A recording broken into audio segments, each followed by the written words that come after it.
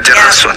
Ya, Batu Hajar Aswad. Mengapa setiap muslim yang ke sana itu dia punya kerinduan untuk menyentuh batu itu? Salam satu Tuhan. Ya, pengantar ini singkat para sahabat. Dukung semua ya sahabat-sahabat kita channel Tensa News Muslim.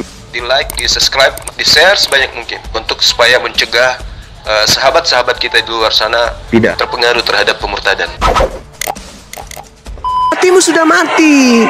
Yang kau sembah itu kan setan yang digantung di atas pohon sehat terkutuk. Itu kan bukan Tuhan. Makhluk halus. Sekarang gini cuma, apalagi? Kalaupun benar yang kau bilang itu, Kristen itu sesat. Kristen itu nggak benar. Ya memang. Ya, saya tunggu dulu. Seandainya pun agama kami dihapus dari Indonesia ini, nggak diakui pemerintah, tidak bakal kami masuk Islam. Kenapa? Karena kami lihat karakternya seperti kau itu. Oh ya nggak apa-apa, nggak masalah. Tidak masalah karena neraka juga butuh penghuni. Nggak masalah. Neraka juga butuh penghuni. Tidak masalah. Itu neraka juga butuh penghuni itu. Nggak bagus kalau sunyi di sana. Minimal Juma itu nggak ngerti apa-apa. Juma itu tidak paham tentang Alkitab, karena yang dia ketahui itu mencomot-comot Alkitab. Dia nggak paham tentang sejarah teologi Alkitab. Iya, Juma itu nggak ngerti. Jadi Pak, yang ngerti siapa Anda? Yang mengerti Anda? Kami itu nggak ngerti apa-apa, Juma. Iya, jadi yang mengerti Anda. Iya, kamu itu nggak ngerti. Oke, baik. Sekarang begini. Ku tanya sama Juma. Kok jadi tanya? Enggak. Sekarang kau kutanya. Kau jadi bertanya ke saya. Kan yang mengerti kamu. Karena kau tidak mengerti apa-apa. Kan yang mengerti kamu. Kenapa kau tanya saya? Kamu yang mengerti. Makanya kamu yang harus coba ditanya. Mencomot Alkitab yang dari Yesaya dan kau comot-comot, kau memberikan pengertian menurut otakmu sendiri. Nah, terus bisa. Bagaimana menurut saudara nih? Bagaimana menurut saudara Yesaya 66? Tuhan akan datang membakar dengan nyala api semua pemakan babi, pemakan tikus dan binatang menjijikkan. Bagaimana menurut saudara? Kau tahu nggak itu sejarahnya? Kenapa Tuhan mengatakan bagaimana demikian? Sejarahnya? Bagaimana Kau tahu sejarahnya? Nggak? Makanya jangan otakmu itu yang mengartikan, menafsirkan menurut muncungmu yang kau buka muncungmu itu. Coba kamu ceritakan ke saya, silakan. Saya mau dengar. Apa kisah sejarahnya di situ? Silakan. Ayo. Nah, kau jelaskan ke saya, silakan. Yesaya itu, silakan. Aku diam. Macet, Paman. Ayo, kau jelaskan ke saya. Silakan. Ayo. Saya diam. Kamu jelasin, silakan. Dibuka mute-nya, Pak. Minum air putih dulu. Tadi itu nafasnya itu kayak terseok-seok. Aduh, bahaya itu. Silakan. Itu juga ini kah? Juga opung ini opung. Oh, opung silakan. Opung Robert silakan. Kamu Juma dijelaskan pun kau nggak tahu. Loh, nggak akan jelaskan aja dulu, jelaskan. Yesaya 66 tidak akan ini. Pernah kau nangkap. Yesaya 66 ini jelas sekali di sana menjelaskan bahwa Tuhan akan datang membakar semua pemakan babi, pemakan binatang menjijikkan dan juga pemakan tikus. Yesaya 66 ayat berapa? Yesaya 66 ayat berapa? 15 sampai nomor 17. Silakan. Mana? Yesaya baca.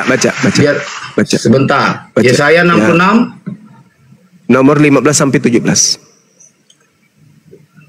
15 sampai 17. Sebab sesungguhnya Tuhan akan datang dengan api dan kereta-keretanya akan seperti puting beliung untuk melampiaskan murkanya dengan kepanasan dan hariknya dengan nyala api. Sebab Tuhan akan menghukum segala yang hidup dengan api dan dengan pedangnya, dan orang-orang yang mati terbunuh oleh Tuhan akan banyak jumlahnya. Mereka yang menguduskan dan mentahirkan dirinya untuk teman-teman dewa dengan mengikuti seorang yang ada di tengah-tengahnya, yang memakan daging babi dan binatang-binatang jijik serta tikus. Mereka semuanya akan lenyap sekaligus. Demikian firman Tuhan. Tahu kau nggak itu maksud ayat firman Tuhan ini? Maksudnya apa? Maksudnya kau baca nggak dari ayat 1 sampai seterusnya? Kau baca. Silakan kau baca. Silakan. Nggak perlu lagi ku jelaskan. Perikopnya itu jelas. Perikopnya itu jelas tentang keselamatan sesudah hukuman. Dan kau tahu kenapa? Karena maksudnya pada waktu apa itu? Maksudnya apa? Yang dibakar di sini siapa? Yang dibakar itu orang-orang yang mempersembahkan korban kepada dewa. Makanya kau baca tentang sejarahnya. Jangan otakmu itu mencomot satu-satu ayat Juma. Karena bangsa Israel pada waktu itu mempersembahkan korban kepada dewa. Dan setiap mereka yang sudah mempersembahkan itu, dan mereka akan mati dihantam api. Jadi jangan kau kategorikan sekarang itu berlaku untuk orang Israel pada waktu itu. Oh, ini untuk orang Israel dalilnya itu. Bukan untuk pemakan babi. Jadi orang Israel itu pemakan babi. Loh, dulu memang mereka sempat memakan babi. Di mana? Coba dalilnya. Coba tunjukkan kepada saya di mana orang Israel makan babi. Loh, biar jadi kau kutanya kenapa ayat ini turun? Karena mereka memang makan babi pada waktu itu cuma. Loh, kau bilang. Di mana dalilnya orang Israel makan babi di mana? Loh, kutanya kau Juma, kenapa Tuhan membicarakan ini? Kenapa? Karena memang pada waktu itu mereka itu memakan babi. Dan siapa mereka ini? Siapa? Loh, nggak perlu kau tanya itu. Makanya kau itu sebenarnya nggak ngerti apa-apa Juma. Kau nggak paham. Iya, congor itu nggak pahamnya kau. Kau pikirnya, saya kasihan sebenarnya orang yang memuja kau itu Juma. Iya, karena kau nggak paham. Biar ku bilang sama Juma ya, di dalam Yohanes 14 ayat 6 jelas bahwa akulah jalan kebenaran dan hidup, tidak seorang pun sampai kepada Bapa tanpa melalui aku. Udah. Kita bahas lagi itu. Yesus jalannya tidak makan babi. Kamu? Loh. Kenapa Yesus tahu kemarin Yesus tidak makan babi? Jalan yang ditunjukkan oleh Yesus adalah jangan makan babi. Ayo, Juma, dengar. Juma, Yesus berkata, akulah jalan kebenaran dan akulah jalan. Jalan yang kau tunjukkan, Bapak. Jalan yang ini Yesus bukan tunjukkan berbicara apa? Tentang makan babi atau tidak makan babi, Juma. Jalan yang Yesus tunjukkan itu apa? Yang jalan kebenaran, karena Yesus itulah kebenaran. Yang mana? Kebenaran yang mana yang Yesus tunjukkan? Kebenaran yang mana yang Yesus tunjukkan? Kebenaran yang mana? Jangan kau melarikan ayat itu menurut konteks daripada pemikiranmu. Kebenaran yang mana yang Yesus tunjukkan kepada orang Yahudi? Kebenaran yang mana yang Yesus tunjukkan kepada orang Yahudi? Jalan yang mana yang Yesus tunjukkan kepada orang Yahudi? Jawab. Akulah jalan. Jalan yang mana yang Yesus tunjukkan kepada orang Yahudi?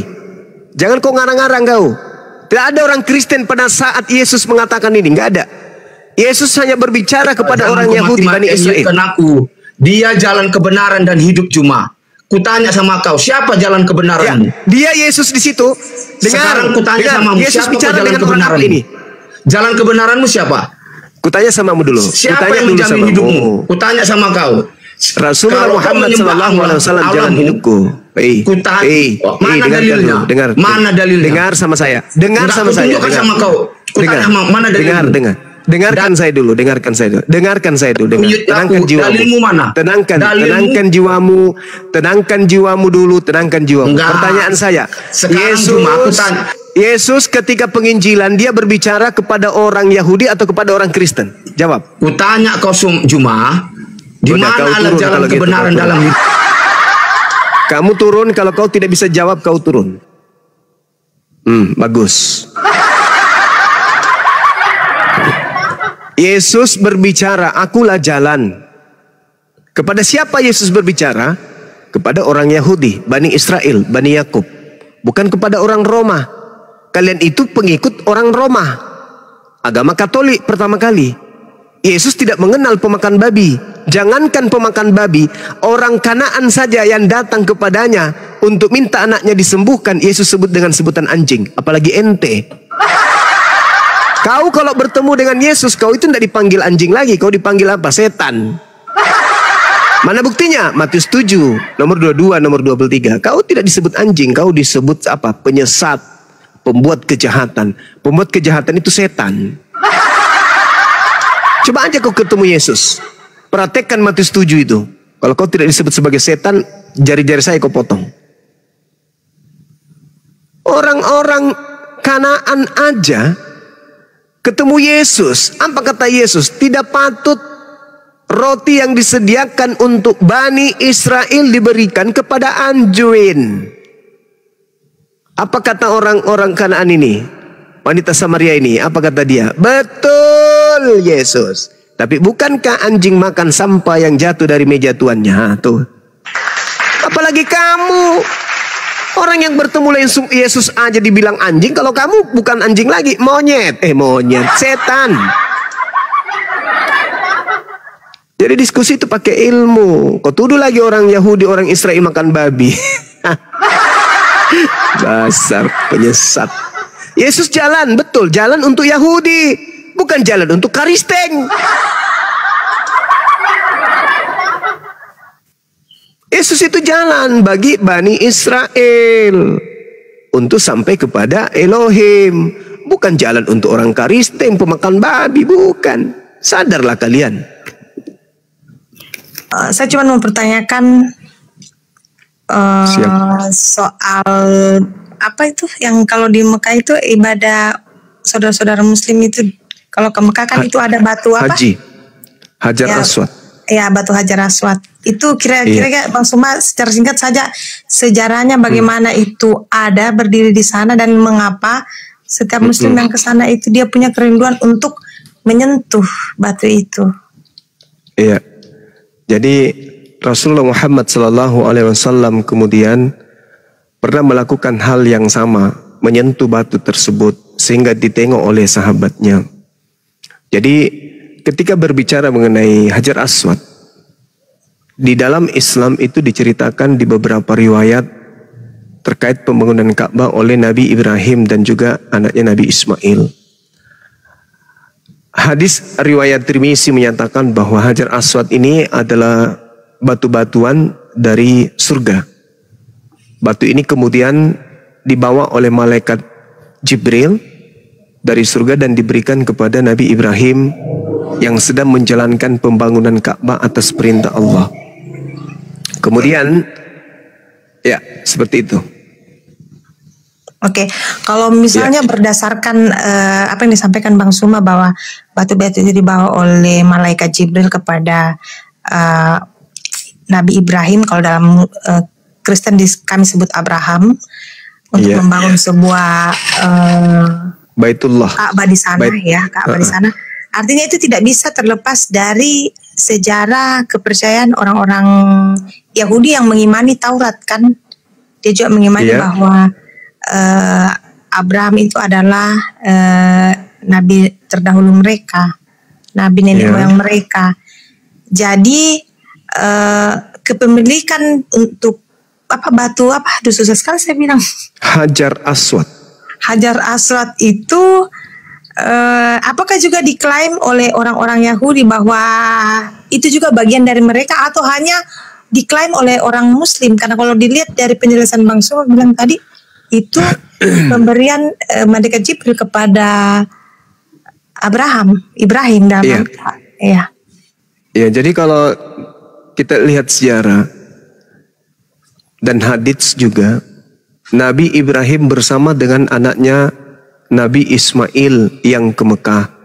Sementara Nabi Ibrahim dengan anaknya Ishak itu ke Palestina.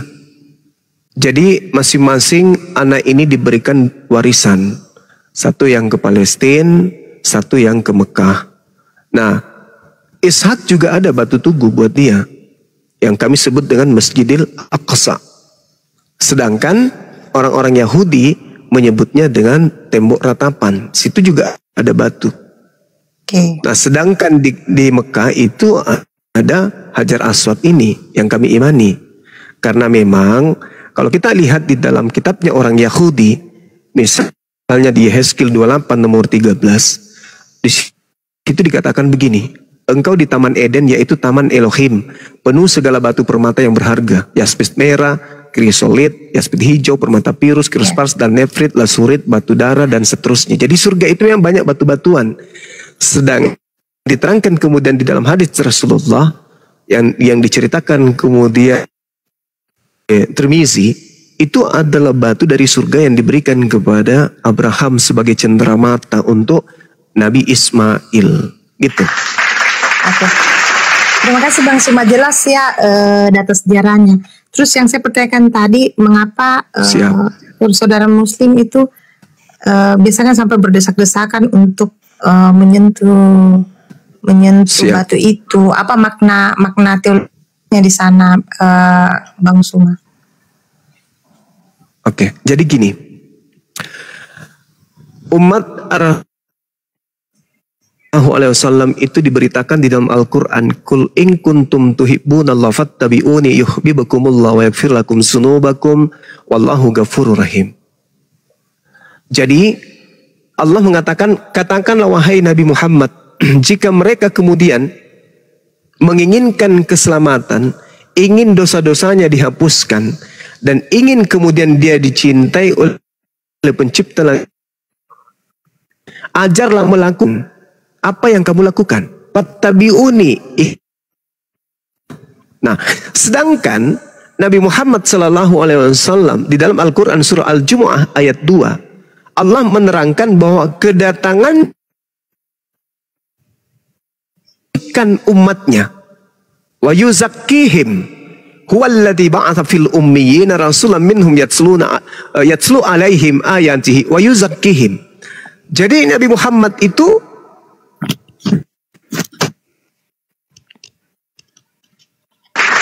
salah satu cara mensucikan manusia adalah menghapuskan dosa-dosa manusia. Dari manusia itu punya dosa harus dihapuskan. Nah, cara untuk menghapuskan dosa adalah mentaati perintah. Salah satu perintah adalah mengusap batu Hajar Aswad. Jadi bukan batunya yang menghapuskan dosa, tetapi melaksanakan perintahnya. Yaitu misalnya saya di Indonesia, saya kemudian datang dari Makassar ke Jakarta, Jakarta nyebrang sampai ke Arab sana untuk menyentuh batu itu. Perbuatan saya, pengorbanan saya, waktu, tenaga, pemikiran, materi yang saya keluarkan kemudian untuk menyentuh batu itulah yang menyebabkan saya mendapatkan upah penghapusan dosa. Sama seperti ketika saya bekerja. Saya bekerja mengangkat batu, memindahkan batu itu ke atas mobil truk. Saya mendapatkan upah duit. Bukan duit yang memberikan saya, bukan batu yang memberikan saya upah, tetapi pekerjaan saya menyentuh batu itu dan memindahkan batu itu ke mobil truk, itulah yang mendatangkan rezeki buat saya. Nah, sama seperti di Yesaya 6 nomor 6 sampai nomor 7. Ketika kemudian batu itu menyentuh mulutnya, maka dosa-dosanya dihapuskan. Coba Anda baca. Belum lagi kalau kita melihat di dalam Yosua 24 nomor 27. Kata Yosua kepada seluruh bangsa itu, sesungguhnya batu inilah akan menjadi saksi terhadap kita, sebab telah didengarnya segala firman Tuhan yang diucapkannya kepada kita. Sebab itu batu ini akan menjadi saksi terhadap kamu, supaya kamu jangan menyangkali Elohim Tuhanmu. Nah, kesalahan saudara Kristen. Oke, silakan. Jadi intinya di sini Bang Suma bukan objeknya ya, tetapi lebih kepada perbuatan, lebih kepada prosesnya ya. Ya, proses usahanya. Menyentuh, usaha untuk menyentuh. Sama seperti sedikit lagi, sama seperti di Keluaran 29 nomor 14. Ya. Bakarlah tainya, kulitnya dan dagingnya sebagai penebusan dosa. Jadi ketika dikatakan dalam Keluaran 29 nomor 14, ambillah sapi, kulitnya, dagingnya dan juga tainya untuk kau bakar, sebab itulah korban penghapus dosa. Kan boleh saya katakan kalau pemikirannya, oh ternyata tai sapi bisa menghapuskan dosa. Padahal bukan tai sapinya, tapi upaya membakar tai sapi, kulitnya dan juga dagingnya, itulah yang menghapuskan dosa. Pekerjaan melakukan perintah Tuhan itulah yang kemudian menghapus dosa. Sama seperti kami membuang duri di jalan, itu menghapus dosa. Bukan durinya yang menghapus, tapi upaya membuang duri itulah yang menghapuskan dosa manusia. Seperti itu. Iya ya, Bang Suma ya. Karena banyak saudara-saudara ya, saya di Kristen melihat bahwa itu semacam bentuk ya penyembahan berhala. Iya. Kalau dilihat dari sisi itu ya sama. Kami juga kalau melihat kemudian orang yang mencium patung Yesus, itu juga berhala pastinya. Ya. Tapi mungkin ada nilai-nilai yang saya tidak tahu apa maksudnya. Nah, gitu dia maksudnya. Silakan. Ya, oke Bang Suma. Menarik ini Bang Suma, salib simbol kutub. Pasti punya dasar Bang Suma ini kasih naik tema seperti ini. Mungkin bisa jelaskan ke saya yang Nasrani, mengapa Bang Suma angkat tema ini, salib simbol kutuk, pasti ada dasar-dasar yang kuat. Oke, baik. Yang pertama, Imamat 1:2. Di situ diceritakan kemudian bahwa katakanlah kepada orang Israel, apabila mereka hendak mempersembahkan korban penebus dosa kepada Tuhan, maka hendaklah kemudian mereka mempersembahkan hewan ternak berupa kambing, domba, sapi, lembu. Itu kepada orang Israel. Nah, untuk apa mereka melakukan itu? Untuk melakukan penebusan dosa. Tidak pernah berubah menjadi manusia. Cerita punya cerita. Ada kejadian di dalam Bible, upaya-upaya orang Yahudi membunuh sosok yang bernama Yesus. Karena cemburu, karena faktor politik dan ekonomi yang mendasari mereka, sehingga mereka berkomplotan kemudian untuk membunuh Yesus tersebut. Di dalam kitab saudara Yohanes 11 nomor 45 sampai nomor 57 jelas terurai di sana. Orang Yahudi, imam kepala, mahkamah agama, ahli Taurat, pokoknya semua ahli Taurat berkumpul sepakat membunuh Yesus demi supaya bangsanya tidak dirampas oleh orang Roma. Bukan untuk dosa. Bukan untuk dosa. Nah, kemudian Matius 26 nomor 4, Yesus ingin dibunuh dengan cara tipu muslihat. Mereka melakukan kesaksian-kesaksian palsu. Matius 26 nomor 59. Pokoknya Yesus ini disepakati untuk dibunuh apapun caranya, demi untuk mereka bebas dari perbudakan Romawi, supaya bangsanya tidak dirampas oleh Roma. Itu alasannya kenapa Yesus ingin dibunuh. Tak ada karena dosa. Iya. Nah, kemudian terjadi proses. Paulus 30 tahun lebih setelah terjadi tragedi penyaliban menulis sebuah surat. Nama suratnya Galatia. Di bab 3 nomor 13 dikatakan, Yesus telah menebus kita dari kutuk hukum Taurat dengan jalan menjadi kutuk. Sebab ada tertulis, terkutuklah orang yang mati digantung di atas tiang salib. Sedangkan yang tertulis yang dimaksud oleh Paulus di sini adalah yang terurai di dalam Ulangan 21 nomor 22 sampai 23. Apa yang tertulis di sana? Apabila ada orang yang melakukan dosa yang sepadan dengan hukuman mati, lalu kau hukum dia, jangan kau biarkan mayatnya semalam-malaman. Sebab orang yang dikutuk Tuhan, jangan kau biarkan mayatnya semalam-malaman menyentuh tanah yang diwariskan Tuhan kepadamu. Itu nggak boleh. Berarti menurut Paulus, Yesus ini adalah orang yang dikutuk oleh Tuhan. Karena dia mengutip Ulangan 21. Sedangkan yang dikutuk oleh Tuhan adalah orang yang melakukan dosa yang sepadan dengan hukuman mati. Sedangkan yang dikutuk oleh Tuhan, Ulangan 27 nomor 25, terkutuklah orang yang menerima uang suap untuk menyerahkan orang yang tidak bersalah untuk dibunuh. Tuh.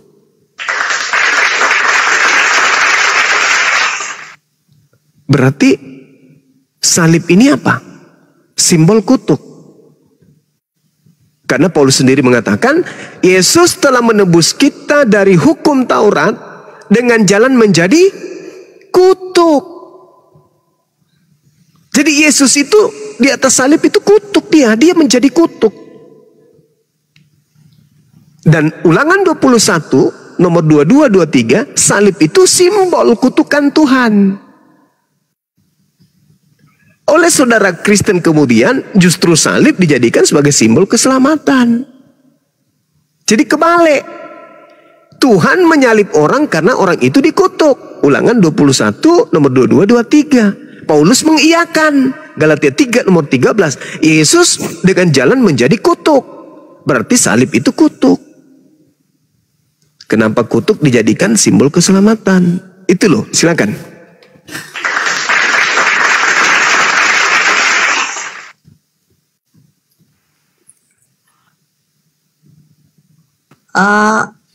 Lalu bagaimana Muslim melihat? Oke, mungkin kita sepakat bersama bahwa sejarah penyaliban itu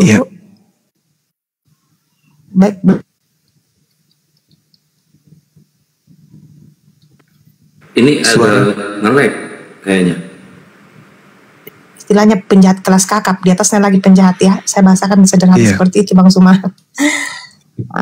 Orang-orang yang tidak bisa lagi ditolerir kesalahannya. Jadi, lalu bagaimana dengan Muslim melihat sejarah perjalanan kehidupan Nabi Isa ketika kan tadi Bang Suma bilang banyak orang yang kecemburuan sosial terjadi kan ketika Yesus hadir, sehingga banyak orang bersepakat untuk membunuh dia. Lalu dalam pengetahuan saudara Muslim, bagaimana kisah kehidupan jaringannya terjadi kecemburuan sosial itu? Bagaimana bagaimana Ibu Mary bisa geser dulu nggak? Ibu Mary dengar suara saya nggak? Bisa geser dulu, jaringan Ibu Mary kurang baik, jadi Kurunda tidak menerima dengan baik. Geser dulu ya. Ya. Ya lanjut. Sudah. Ya. Iya. Saya boleh jawab? Sudah bisa Bang Suma? Boleh. Ya. Sudah ditangkap pertanyaan saya. Iya. Iya. Oh, ya. Jadi ketika kemudian Siti Maryam datang kepada Bani Israel, pada kaumnya, lalu membawa bayinya, fa'asyarat ilaihi qalu kaifa nukallimu man kana fil mahdi sabiyya. Maka Maryam kemudian menunjukkan anaknya. Mereka berkata, kemudian orang Yahudi ini berkata, bagaimana mungkin kami berbicara dengan anak kecil yang masih dalam buayan? Kan ditanya, kenapa kamu hamil? Padahal kamu ini adalah keturunan Harun. Kamu ini saudaranya Harun. Kamu keturunan orang baik-baik. Ayahmu bukan seorang yang buruk peringai. Ibumu juga bukan seorang pesina. Kamu kok bisa hamil? Kok kamu bisa punya anak? Apa kata Maryam? Kau tanya aja sendiri kepada anakku. Orang Yahudi berkata, bagaimana mungkin kaifa nukallimu man kana fil mahdi sabiyyan? Bagaimana kami harus berbicara kepada anak bayi? Di dalam Al-Quran dikatakan, anak bayi itu berbicara, inni Abdullah, sesungguhnya aku ini adalah hamba Allah. Jadi Nabi Isa membela ibunya. Kalau di Bible tidak ada pembelaan sekalipun yang dilakukan oleh Yesus kepada ibunya. Bahkan Yesus tidak pernah memanggil ibunya dengan panggilan ibu di dalam Bible. Kalau di Al-Quran, Nabi Isa membela ibunya, ini Abdullah, jangan kau ganggu ibuku. Aku ini adalah orang yang suci. Ini Abdullah, aku ini hamba Allah. Atani al-kitab wa ja'alani nabiyan. Dia memberiku kitab dan Tuhan juga menjadikan aku seorang nabi. Wa ja'alani mubarakan aina ma kuntu. Dan Tuhan menjadikan aku seorang yang diberkahi di mana saja aku berada. Dan Dia Allah memerintahkan kepadaku melaksanakan ibadah dan menunaikan kemudian zakat selama aku hidup. Wa barram biwalidati wa lam yaj'alni jabbaran syaqiyya, dan berbakti kepada ibuku dan tidak menjadikan aku sebagai seorang yang sombong lagi celaka. Lalu dia katakan apa? Anak bayi ini berbicara, wassalamu alayya yauma wulid wa yauma amut wa yauma ub'atsu hayya. Semoga kesejahteraan dilimpahkan kepadaku pada saat aku dilahirkan, pada saat aku diwafatkan, dan pada saat aku dibangkitkan hidup kembali. Nah, lalu kemudian Allah menerangkan, zalika Isa bin Maryam qaulal haqqil ladzi fihi yamtarun. Itulah Nabi Isa yang menyatakan perkataan yang benar yang mereka orang-orang Yahudi ragukan kebenarannya. Nah, lalu apa yang terjadi kemudian? Ketika orang-orang Yahudi berselisih paham tentang Nabi Isa, mereka kemudian semakin memperlihatkan kedegilan kebenciannya kepada Nabi Isa alaihissalam. Nabi Isa besar, memperlihatkan mukjizat, membangkitkan orang mati, lalu kemudian membuat orang lumpuh berjalan, penyakit sampar sembuh dan seterusnya. Malah dituduh sebagai pelaku sihir. Tidak pernah mereka ini melihat Yesus itu, Nabi Isa ini adalah sesuatu yang benar. Karena dia, menurut mereka, dia berasal dari anak haram, kok bisa kayak gini? Kok bisa jadi hebat kali orang ini? Akhirnya pengingkaran dan penolakan terhadap Nabi Isa itu semakin menjadi-jadi terhadap orang Yahudi terhadap Nabi Isa alaihissalam. Nah, itu yang terjadi. Sehingga mereka bersepakat untuk membunuh. Kenapa mereka sepakat membunuh? Karena mereka melihat bahwa pengaruh Nabi Isa ini semakin kuat.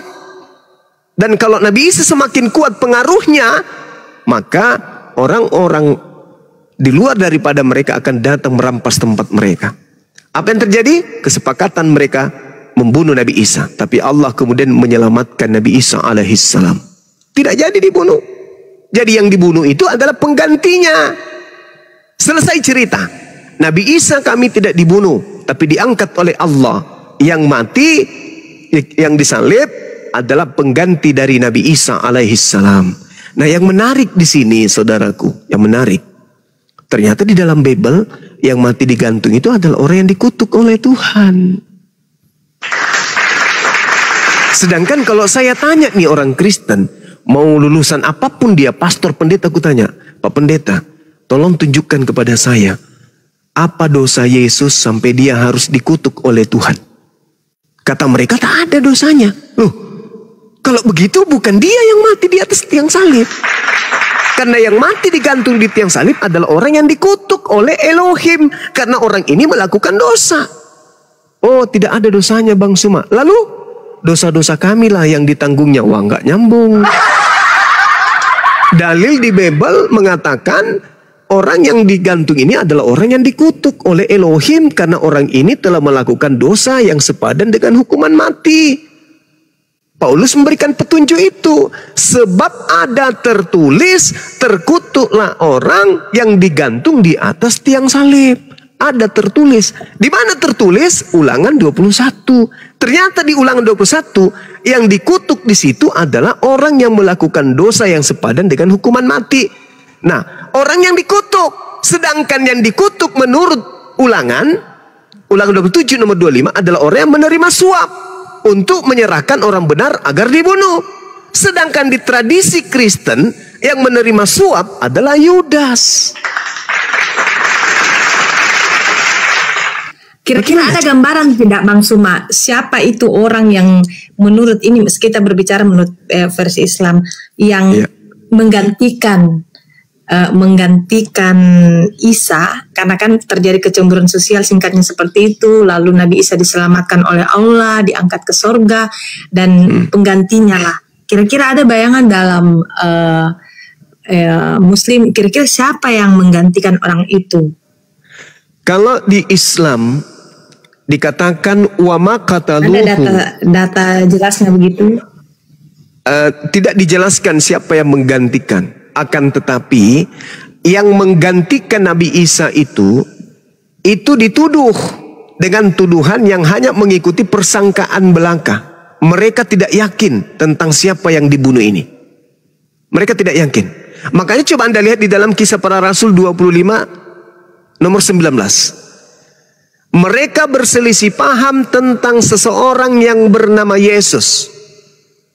Paulus berkata dia hidup, tetapi orang lain mengatakan dia sudah mati. Berselisih paham. Nah, di dalam Markus 16:12 juga diceritakan. Setelah itu, Yesus menampakkan diri dalam bentuk rupa yang lain kepada dua orang muridnya. Pertanyaannya, dari mana Markus tahu kalau itu adalah Yesus dalam bentuk rupa yang lain? Kan tidak ada. Mereka hanya mengikuti persangkaan belaka. Tak ada yang memastikan. Markus tidak pernah bertemu Yesus. Di mana Markus bertemu Yesus? Tidak pernah. Mereka hanya mengikuti persangkaan belaka. Ini adalah Yesus yang dalam bentuk rupa lain. Dari mana dia tahu? Berarti Al-Quran betul. Mereka tidak yakin dengan apa yang mereka bunuh. Mereka nggak yakin. Nah, makanya sederhananya begini. Kalau di dalam Al-Quran, dalam surah Maryam ayat 19, Nabi Isa alaihissalam diterangkan bahwa beliau adalah seorang nabi yang suci. Itu diterangkan di dalam surah Maryam ayat 19. Itu jelas. Artinya beliau dikatakan li'ahabalaki gulaman zakiyah, seorang anak laki-laki yang suci. Ini Nabi Isa. Sedangkan di dalam Bible Kisah Para Rasul 4 nomor 30, Yesus adalah hamba yang suci. Sedangkan yang digantung adalah manusia yang dikutuk. Ini siapa ini? Yang dikutuk ini siapa? Ulangan 27 nomor 25, terkutuklah orang yang makan suap untuk menyerahkan orang benar untuk dibunuh. Ini siapa ini yang melakukan hal ini? Sedangkan kalau kita lihat di dalam Amsal 21 nomor 18, jelas sekali dikatakan orang fasik dipakai sebagai tebusan bagi orang yang benar, dan pengkhianat dipakai sebagai ganti orang yang jujur. Sedangkan Yesus berkata di dalam Lukas 24 nomor 44, harus digenapi tentang aku apa yang tertulis di dalam kitab Amsal. Orang fasik dipakai sebagai tebusan bagi orang benar, dan pengkhianat sebagai ganti orang yang jujur. Nah, siapa yang fasik ini? Kita baca kemudian di kitab Amsal 17 nomor 27, yang disebut orang fasik di sana adalah orang yang menerima suap. Saya bacakan Amsal 17 nomor 23. Siapa orang fasik ini? Orang fasik adalah mereka yang menerima suap. Siapa yang menerima suap? Yudas. Berarti kalau kita mengartikan Amsal 21:18, Yudas dipakai tebusan untuk Yesus, dan pengkhianat, siapa pengkhianat?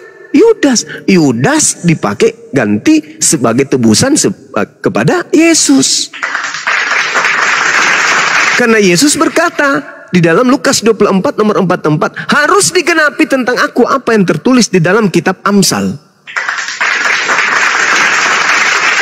Al-Quran betul, pengakuan Yesus betul. Yang salah Kristen, karena menyembah orang yang digantung terkutuk di atas pohon disalib.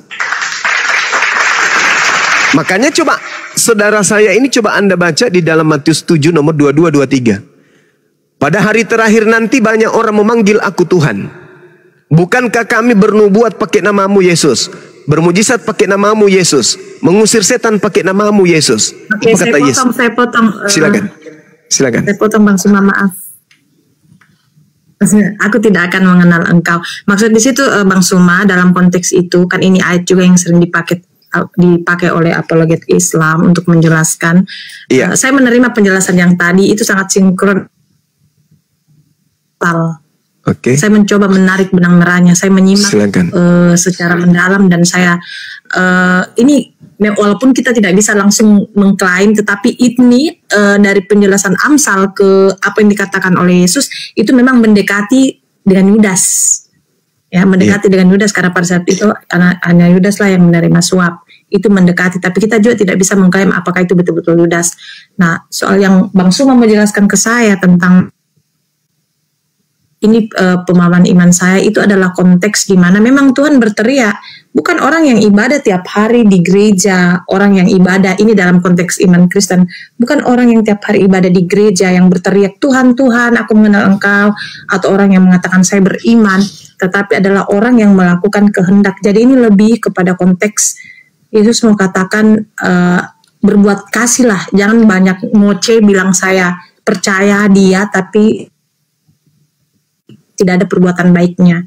Itu yang saya tahu. Bukan artinya bahwa di situ konteksnya kalau dilihat yang melakukan kehendak Bapakku, bukan berarti bahwa di situ penyangkalan Tuhan Yesus bahwa saya tidak mengakui engkau sebagai muridku. Itu yang saya pahami sih Bang Suma dalam konteks Matius 7 itu lebih kepada bukan orang yang teriak-teriak. Ya, berteriak-teriak bahwa saya percaya Tuhan, tetapi lebih kepada perbuatan baik, orang yang melakukan seperti. Dan saya rasa semua agama punya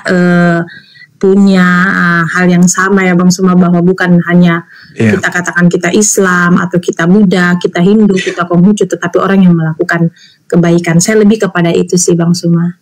Saya tidak mau berdebat di ayat itu. Makasih. Oke. Kalau saya sederhananya gini. Kan Yesus mengatakan, dari buahnya kamu mengenal mereka. Bukan setiap orang yang berseru kepadaku Tuhan, Tuhan.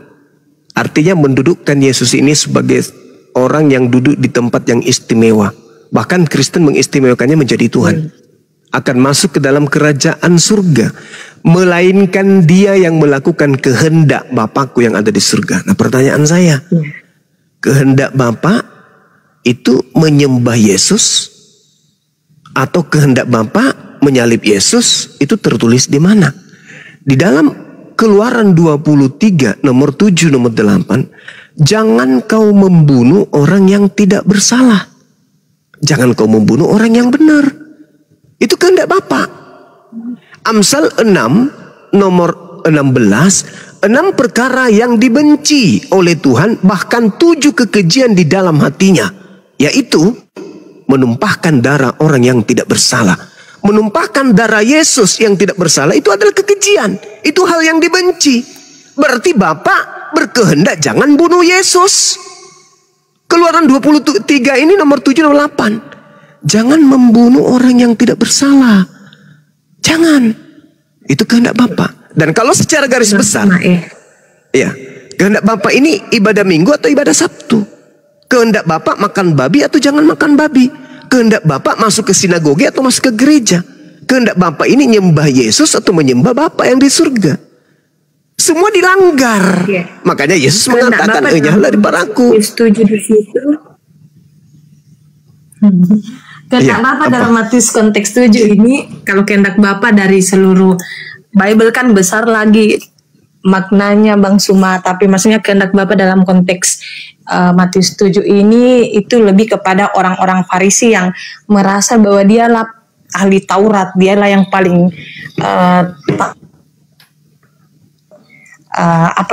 labelnya saja mereka para ahli Taurat, tetapi selalu mendiskriminasikan orang-orang yang miskin, orang-orang yang ya istilahnya tidak bisa diterima di masyarakat menurut orang-orang Yahudi. Itulah yang mereka diskriminasikan. Jadi kalau kehendak Bapak secara luas memang besar maknanya Bang Suma, tapi dalam konteks Matius 7 yang saya pahami di sini teguran keras.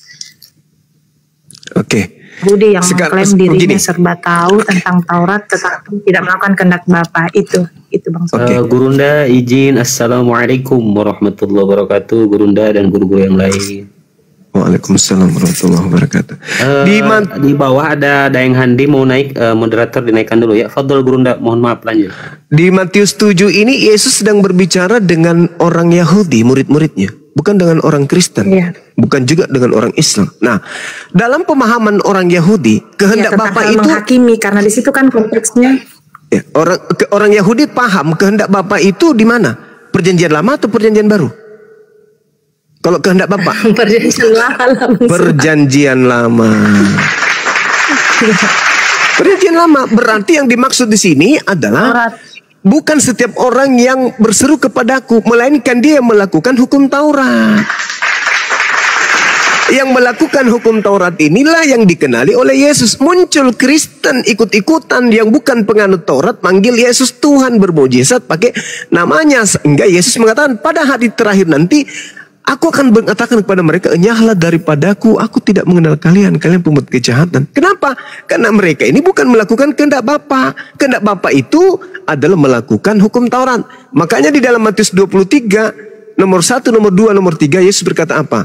Jangan kau mengikuti orang-orang ahli Taurat dan orang Farisi. Sebab mereka berkata tentang hukum Taurat, tapi mereka tidak mempraktekkan. Berarti hukum Taurat itu harus dipraktekkan. Sedangkan Paulus mengatakan dengan matinya Yesus, Yesus telah membatalkan hukum Taurat dengan segala perintah yang ada di dalamnya. Dalam Efesus 2 nomor 15. Berarti yang dimaksud Yesus di sini yang bisa selamat adalah yang melakukan kehendak Bapa. Kehendak Bapa itu adalah hukum Taurat.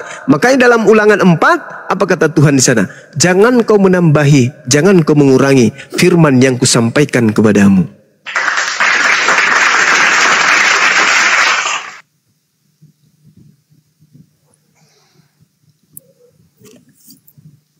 Ya, Ibu Mary.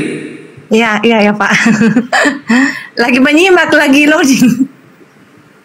Ya, itu dia. Jadi Yesus ini mengatakan hukum Taurat sama seperti ketika dia berkata di dalam Matius 5 tadi. Barang siapa yang meniadakan hukum Taurat meskipun yang paling terkecil. Ini kalau kita sikapi dengan akal sehat, Yesus berbicara kepada Bani Israel. Barang siapa yang meniadakan hukum Taurat meskipun yang paling terkecil dan mengajarkan kepada orang lain, maka dia akan menempati tempat terhina di dalam kerajaan langit. Apa tempat terhina itu? Neraka. Berarti tidak boleh menghilangkan. Nah, sedangkan kalau kita melihat apa yang dilakukan oleh Paulus, menghilangkan hukum Taurat, mengajarkan orang untuk tidak bersunat. Tapi apa yang terjadi dengan Paulus ketika dia kembali untuk ke Yerusalem setelah dia mengajarkan orang di luar Yerusalem untuk meninggalkan hukum Taurat? Apa yang Paulus lakukan? Coba saudara lihat di dalam Kisah Para Rasul 21 nomor 15 sampai nomor 26. Paulus bertaubat.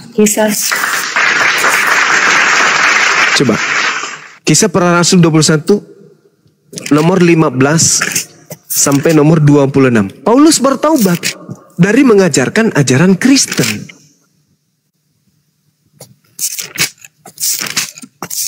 Ya, moderator jangan naikin dulu Kristen yang lain ya. Pertemuan Paulus dan Yakobus di Yerusalem. Ya, betul. Coba baca sampai nomor 26. Apa yang Paulus lakukan di situ? Bertaubat. Gila. Ayat 15 sampai ayat 26. Ada yang bisa bacakan supaya teman-teman yang lain dengar? Karuna. Seorang yang bernama ayat berapa, Guru Nda? Ya, dari 15 sampai nomor 26.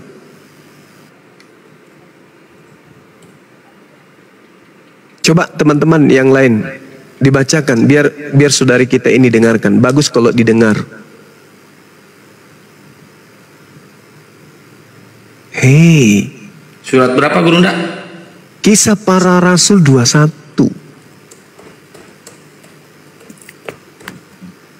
Izin ya, ada Pak Adwin ini nanti juga direspon. Dia mau memperkuat Islamnya, diusir dari keluarganya. Dia mau salat ulang Bang Juma. Ya ini Adwin, nantilah habis ini. Kau stay di sini Adwin. Siap. Oke. Siap. Lanjut Iya, dulu. siap Bang, siap.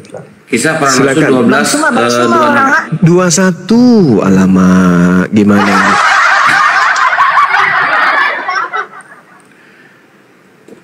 Pecat asistennya itu Bang Suma, lama sekali. Menceritakan bahwa Paulus pergi bersama 4 orang dan melakukan upacara penyucian diri bersama mereka pada keesokan harinya. Kemudian Paulus dan keempat orang tersebut masuk ke bait Allah untuk mengumumkan. Tidak bisa jadi dosen ini. Jadi gini, makasih Kang.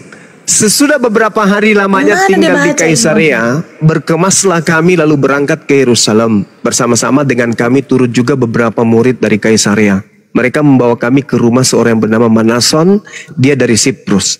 Dan sudah lama menjadi murid, kami akan menumpang di rumahnya. Ketika kami tiba di Yerusalem, semua saudara menyambut kami dengan suka hati.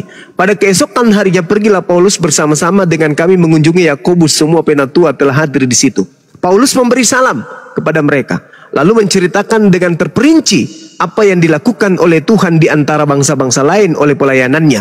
Mendengar itu, mereka memuliakan Tuhan. Lalu mereka berkata kepada Paulus, "Saudara, lihatlah, beribu-ribu orang Yahudi telah menjadi percaya, dan mereka semua rajin memelihara hukum Taurat. Tetapi mereka yang beribu-ribu ini mendengar tentang engkau, bahwa engkau mengajar semua orang Yahudi yang tinggal di antara bangsa-bangsa asing untuk melepaskan hukum Taurat Musa, sebab engkau mengatakan supaya mereka jangan menyunatkan anak-anaknya dan jangan hidup menurut adat istiadat kita." Jadi bagaimana sekarang? Tentu mereka akan mendengar bahwa engkau telah kembali kemari. Sebab itu, lakukanlah apa yang kami katakan ini. Di antara kami ada 4 orang bernazar. Bawalah mereka bersama-sama dengan engkau. Lakukanlah pentahiran dirimu bersama-sama dengan mereka dan tangguhlah biaya mereka, sehingga mereka dapat mencukurkan rambutnya. Maka semua orang akan tahu bahwa segala kabar yang mereka dengar tentang engkau sama sekali tidak benar, melainkan bahwa engkau tetap memelihara hukum Taurat.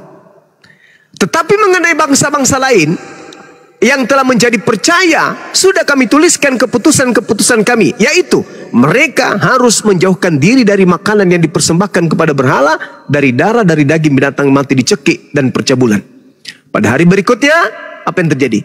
Paulus membawa orang-orang itu serta dengan dia, dan Paulus mentahirkan diri bersama-sama dengan mereka. Lalu Paulus masuk ke bait Allah untuk memberitakan, bait Tuhan untuk memberitahukan bahwa bila mana pentahiran akan selesai dan persembahan akan dipersembahkan untuk mereka masing-masing. Tuh, Paulus bertobat. Paulus kembali ditahirkan. Beliau kembali dibaptis, dikembalikan, ditahirkan, disucikan. Lalu Paulus kemudian mempersembahkan persembahan. Persembahan apa yang dilakukan oleh orang Yahudi ketika dia mempersembahkan? Hewan. Bahkan orang-orang yang sudah terlanjur kemudian mendengarkan tentang Paulus mengajarkan supaya tidak bersunat, apa kata imam-imam? Segala kabar yang mereka dengar tentang engkau sama sekali tidak benar, melainkan bahwa engkau tetap memelihara hukum Taurat. Paulus mengikuti. Berarti Paulus ketika kembali ke Yerusalem, Paulus bertobat dari ajaran Kristen. Itu fakta. Itu tertulis di Bible. Berarti yang terjadi selama ini Paulus memprank orang-orang Roma, orang-orang Yahudi, orang-orang Romawi. Sedangkan orang Romawi juga punya kepentingan. Apa itu? Mereka harus melanjutkan ritual kepercayaan nenek moyang. Apa itu? Pesta Minggu, Natalan, nyembah kepada Tuhan dewa-dewa mereka. Maka Yesuslah dijadikan sebagai Tuhan dewa mereka kemudian. Diterimalah surat-surat Paulus. Itulah yang terjadi. Makanya orang Yahudi menganggap orang Kristen ini bidat, najis, tama. Orang yang najis. Orang Kristen ini dianggap Abu Dasarah. Mereka adalah orang-orang di luar daripada pemahaman Yahudi, orang yang sesat. Begitu ceritanya. Datanglah Islam untuk meluruskan ajaran Nabi yang dibengkokkan. Seperti itu adanya. Begitu saudariku. Lanjut, Bang Handi silakan. Allahu Akbar. Ikhwan Pilah ini Komal kelap kelip di tap-tap ya. Jangan sampai rungkat Ikhwan Pilah. Kelap kelip. Lanjut Deng. Deng Handi silakan. Sebelum dulu sama Meriati dulu. Belum. Oke, Bang Suma, terima kasih. Siap. Bang. Iya, gimana? Sinyalnya bermasalah Ibu Mary. Bang Suma asli mana Bang Suma? Saya orang Makassar. Kita iya? Oh. Orang Toraja. Toraja. Ah, iya. Susisia Kipale. Susisia bisa tahu. Romi. Saya dari Mangkendek. Sangala. Iya. Orang Toraja itu pintar-pintar, baik, sabar. Apalagi orang Makale. Wih. Iya serius, orang Toraja itu sabar, baik, santun. Mereka itu santun. Pak Bom. Apalagi kalau tidur Pak sabar sekali. Campuran. Pak Bom campuran dia. Kalau orang Toraja itu sabar. Saya besar di kalangan orang Toraja. Pantasan Banyuma kalau malam pakai sarung. Kalau saya orang Toraja yang besar di kalangan budaya Makassar. Oh iya. Iya.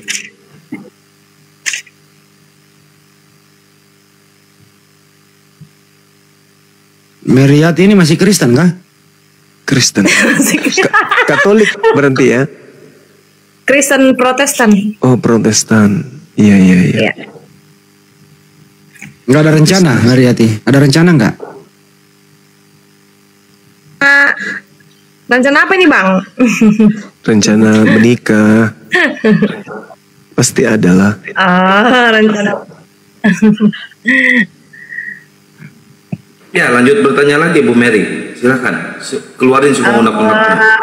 Masih dipikirkan Bang. Iya. Kalau konsep ketuhanan di Muslim itu saya tidak usah pertanyakan lagi Bang, karena saya sudah nggak paham. Iya, tinggal yang saya ini, yang saya lagi teliti tentang bagaimana keberadaan Nabi Muhammad ini. Beli kitabnya langsung, Sirah Nabawiyah. Ada dikasih teman Ustadz ini, tapi belum sempat dibaca-baca, Bang. Iya, baca Maki. Bagaimana kemudian bangsa Arab itu, bangsa jahiliyah itu bisa berubah frontal kayak begitu. Bangsa jahiliyah tiba-tiba bisa berubah oleh satu orang saja bernama Nabi Muhammad. Dan hukum-hukum yang dibawa kemudian kepada bangsa jahiliyah ini itu bisa diterapkan. Dan setelah beliau pergi meninggalkan dunia, hukum-hukumnya tidak dihilangkan, tidak ditinggalkan. Tetap sampai hari ini. Sampai hari ini tetap tidak pernah berubah. Oh ya, Bang Suma. Siap. Terpikirkan satu pertanyaan. Karena sudah terlanjur menyebut nama Nabi junjungan besar saudara-saudara Muslim Nabi Muhammad. Iya. Itu kan Nabi Muhammad memang berada di sekitar bangsa Arab ya untuk menyampaikan pesan-pesan. Siap. Maya, singkatnya begitu. Iya. Iya, tapi ya saya juga hanya meneruskan apa yang saya dengar. Saya tidak punya data untuk itu, nanti Bang Suma yang luruskan. Iya.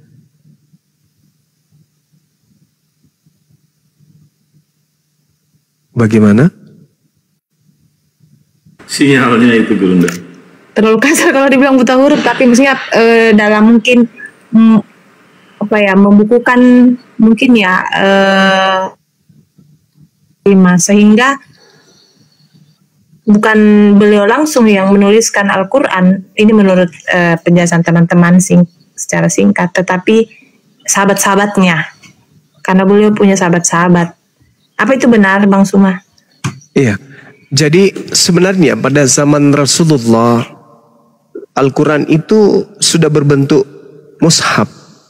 Diceritakan di hadis riwayat Bukhari nomor 2990, hadis riwayat Muslim 1869, bahwa mushaf itu sudah ada pada zaman Rasulullah. Al-Quran itu sudah ada dalam bentuk tulisan.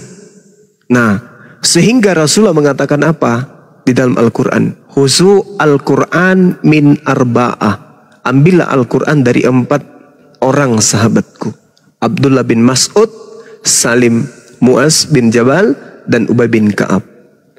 Nah, sedangkan Al-Quran itu ketika disampaikan oleh Rasulullah, tradisi penyampaiannya itu lisan.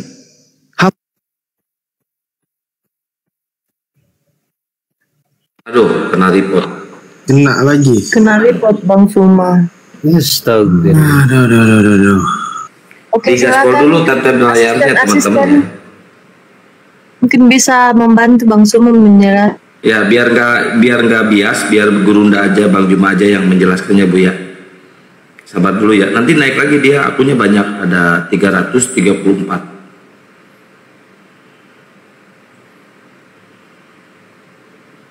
Atau nanti Bu Mary bisa bertanya tentang kenapa Islam ini harus sholat atau harus disunat, itu bisa dipertanyakan juga, Bu. Insya Allah bisa dijelaskan. Soal itu kalau konsep itu enggak usah Bang. Udah tahu ya? Saya lebih tertarik untuk mencari identitas Nabi Muhammad, mengapa dia punya. Dia kan kalau diketik di Google itu muncul manusia yang sangat berpengaruh di dunia, muncul namanya yang pertama. Jadi pasti orang punya rasa penasaran mengapa dia punya pengaruh seperti itu. Padahal kalau dipikir latar belakang pendidikannya dia tidak seperti Paulus yang terpelajar.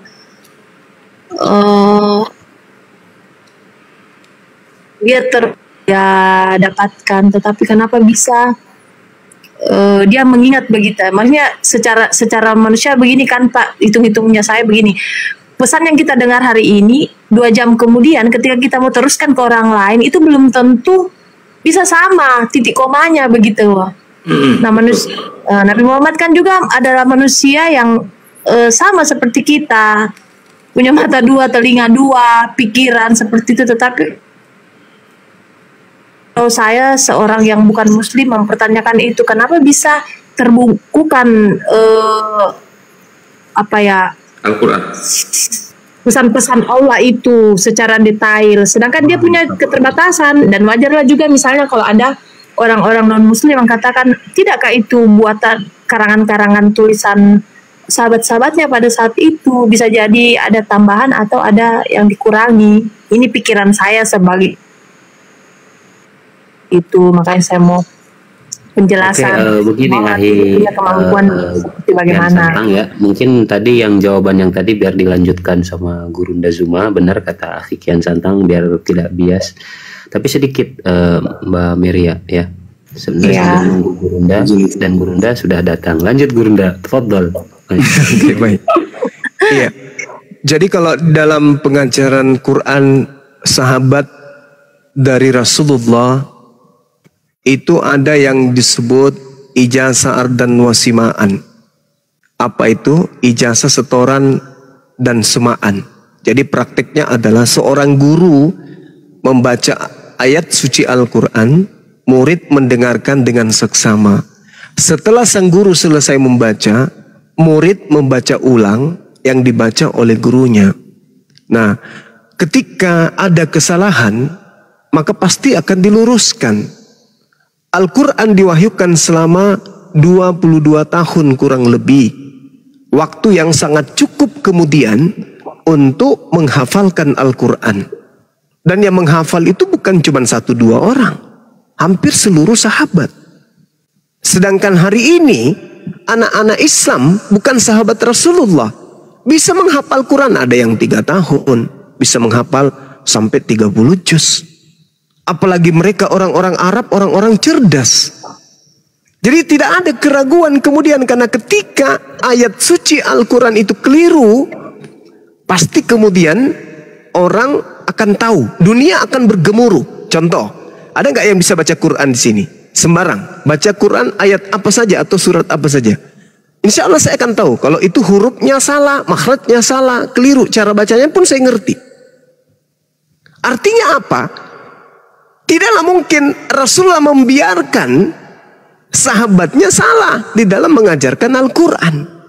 Contoh, ketika saya membaca surat di dalam Al-Quranul Karim misalnya, A'udzubillahi minasyaitonirrajim. Wa tara katsiran minhum yusari'una fil itsmi wal udwan wa aqlimhimul lihimus suhab.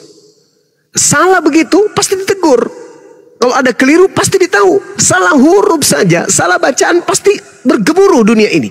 Umat Islam semuanya akan mengatakan itu salah. Misalnya saya baca begini, labi samakan. Boleh saya baca ya Gurunda ya? Boleh. Kaget saya bos. Bismillah. Tadi jauh. Bismillahirrahmanirrahim. Innaka laminal mursalan. Ah, salah, harusnya kasrah. Nah, betul. Bacaan bawah. Mursalin. Pasti ketahuan. Pasti ketahuan. Tidak bisa tidak.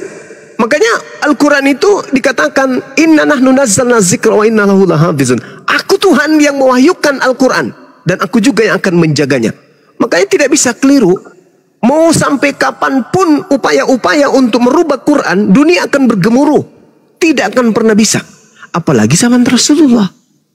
Sekarang aja yang kita sudah 1400 tahun bisa tahu, apalagi zaman beliau. Gak bisa salah. Al-Quran itu. Paham. Ya, lanjut Bang. Silakan. Ya, silakan. Paham. Ini kan zaman Injil dibawa oleh Nabi Isa dengan Nabi Muhammad itu jaraknya kurang lebih 600 tahun ya. Mohon diluruskan kalau salah. Jaraknya kurang lebih seperti itu, 600 tahunan seperti itu.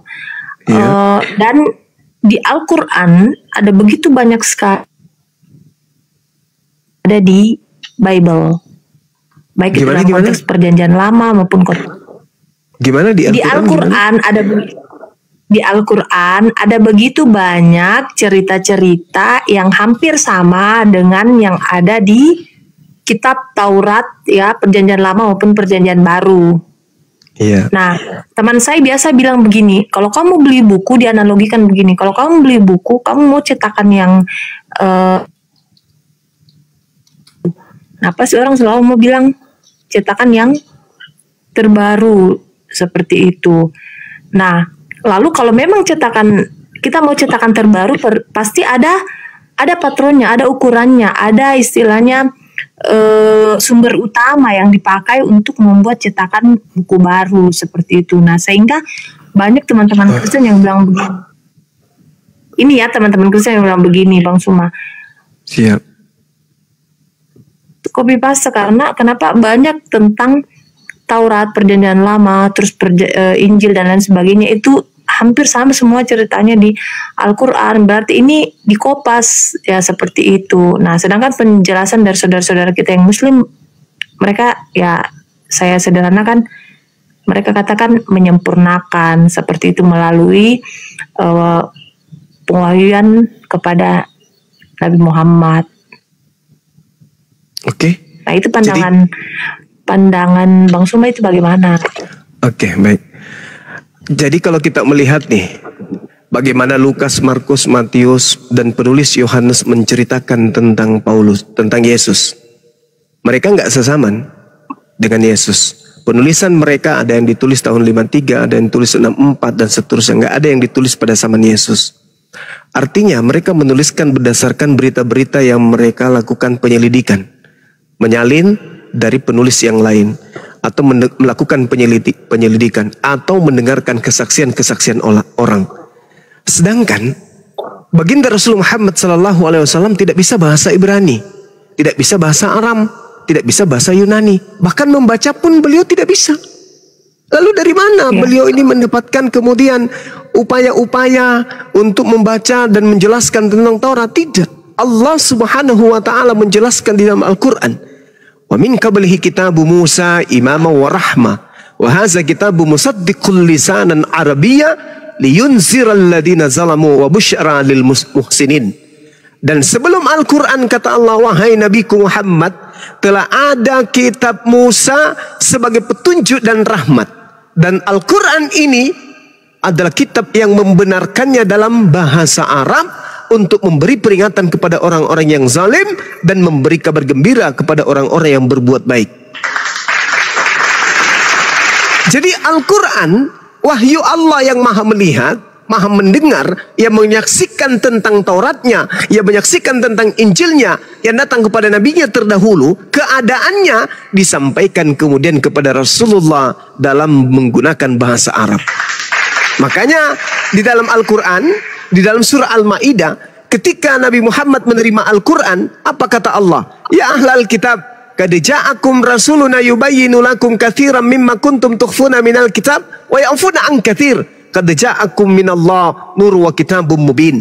Wahai ahli kitab Yahudi dan Nasara, sungguh telah datang Rasul kami Nabi Muhammad SAW datang kepadamu, menjelaskan kepadamu banyak hal dari isi kitab yang kalian sembunyikan. Dan banyak pula yang dibiarkannya untuk tidak dijelaskan. Sungguh telah datang kepadamu cahaya dari Allah, yaitu Islam, dan kitab yang menjelaskan, yaitu Al-Quranul Karim. Lalu kata Allah apa? Yahdi bihil lamanit tabaridwanahu subulas salam. Dengan Al-Quran itulah kemudian Allah memberi petunjuk kepada manusia yang mengikuti keridaannya kepada jalan keselamatan. Bukan lagi Torah, bukan lagi Injil. Kenapa? Karena Torah dan Injil sudah disembunyikan sebagian dari umatnya. Sekarang kalau kita mau jujur-jujuran, saudara Kristenku yang saya kasihi, apakah yang kalian pegang itu adalah Tauratnya Nabi Musa? Apakah yang kalian pegang itu adalah kitabnya Yesus? Kalau mau jujur, sudah pasti bukan. Bukan Tauratnya Musa dan bukan kitabnya Nabi Isa. Inilah yang diterangkan oleh Al-Quran. Yahdi bihil lamanit tabaridwanahu subulas salam. Wahai ahli kitab, pemegang Taurat dan pemegang Injil, Allah memberi petunjuk kepada kalian dengan mengikuti keridaannya kepada jalan keselamatan. Dengan Al-Quran, Allah mengeluarkan orang dari gelap gulita kepada cahaya dengan izinnya dan mendapatkan petunjuk jalan yang lurus. Kita mau baca kitabnya Nabi Musa, tak ada. Kitabnya Nabi Daud, tak ada. Kitabnya Yesus, Nabi Isa, tak ada. Mana kitab itu? Sedangkan Markus, Matius ini hanyalah penulis-penulis yang menuliskan tentang peristiwa-peristiwa yang terjadi pada masa Yesus dan murid-muridnya. Yesus ceritanya dengan Tuhannya dan dengan umatnya. Terus kitabnya mana? Tak ada. Yang sampai pun di Indonesia hanya terjemahan. Sedangkan terjemahan itu adalah bukan firman Tuhan. Apa buktinya? Terjemahan bisa dikoreksi. Terjemahan bisa direvisi. Sedangkan firman Tuhan tidak bisa dikoreksi, tidak bisa direvisi. Nah, ini yang dialami oleh kitabnya saudara Kristen. Kenapa bisa direvisi? Kenapa bisa dikoreksi? Karena bukan firman Tuhan. Hanya terjemahan. Itu pun terjemahan dari buku-buku hasil penyelidikan orang-orang yang tidak dikenal. Alhamdulillah Al-Quran hadir kemudian sebagai penunjuk jalan menuju kepada jalan keselamatan.